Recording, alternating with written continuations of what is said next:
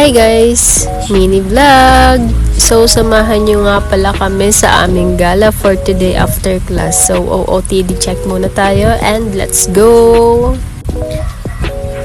At ito na nga, sasakay na kami ng tricycle para pumunta sa aming pupuntahan.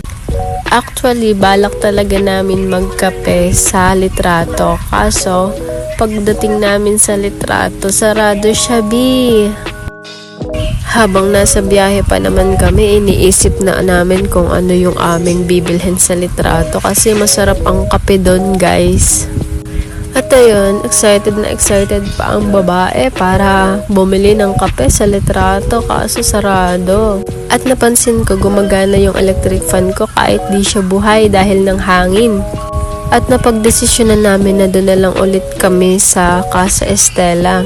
Masarap naman yung mga kape doon, mga tinda doon, kaso mahal. Kaso no choice kami at nandito na kami. At super init talaga sa labas.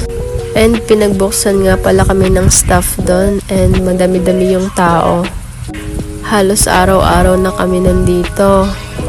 Pero aesthetic dito, guys. Maganda yung ambience, tahimik, and nakaka-relax.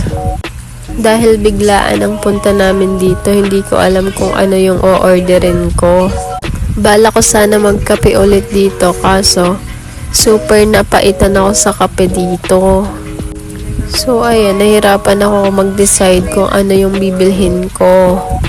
Hinihintay na ako dyan ni Nika kung ano yung bibilhin ko kasi ang tagal-tagal ko maghanap. Sabi ko hindi na lang ako order kasi wala akong magustuhan and wala akong trip kainin dito. At hanggang ngayon disappointed pa rin ako kasi sarado yung litrato. Nagkikrave kasi ako sa kape doon kasi meron ako. At nag-decide na lang ako na magkalamares na lang ulit kasi favorite ko to. And waiting sa order. Pero legit masarap talaga yung calamares dito. Ayan tuloy, malungkot ang babae kasi walang kape.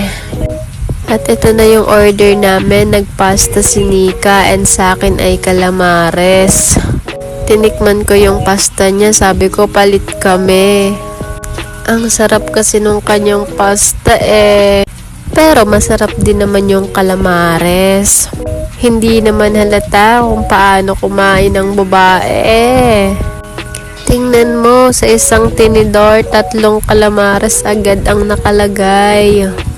Sunod-sunod agad ang subo kasi legit masarap talaga yung calamares. At humingi ako ng coke kay Nika kasi parang ang sarap ng coke. At ayan, ang sarap talaga ng calamares dito.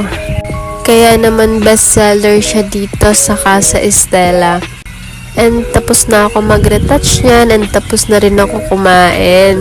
Paalis na kami at pinagbuksan niya ako ng pinto. Sabi niya sa akin, mag-CR daw muna kami. Kasi naiihi daw siya kaya ayan, ganda-gandaan sa salamin. OOTD check sa salamin and paalis na kami. Papunta kami sa Sivera. Nahirapan pa kami kung saan kami tatambay kasi wala talaga kaming matambayan.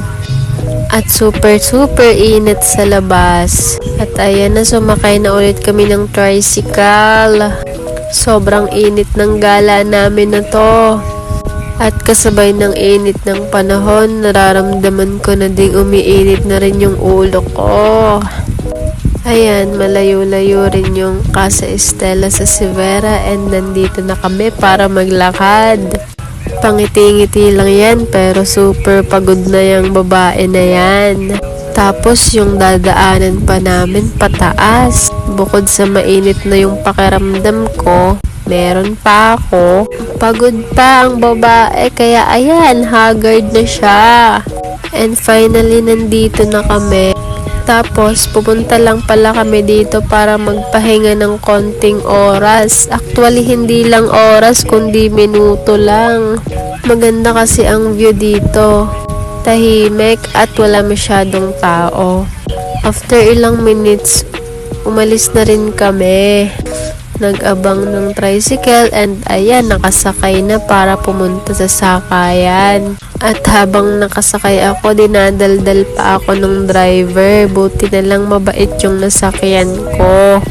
Medyo nawala yung init ng ulo ko and antok na lang yung nararamdaman ko. At finally, nandito na ako sa New City para sumakay sa Vodako. Ayan, nasasakay na ako. At medyo malalamigan na yung pakiramdam ko. At syempre dito tayo sa unahan kasi tayo passenger princess. Pero lumipat din ako dyan kasi mainit yung pwesto na yan. At sa puntong yan, ako'y nakatulog na and nakalimutan ko na mag-video. Tulala na ang babae at mistulang inaantok pa rin. At ayan, inaantok pa rin talaga siya. Tingnan nyo naman kung gaano kainit sa labas. Kung gaano kainit yung gala na yon. And finally, nakababa na ako ng Vodako. Naglalakad na ako papunta sa bahay namin at gustong gusto ko nang humiga at matulog.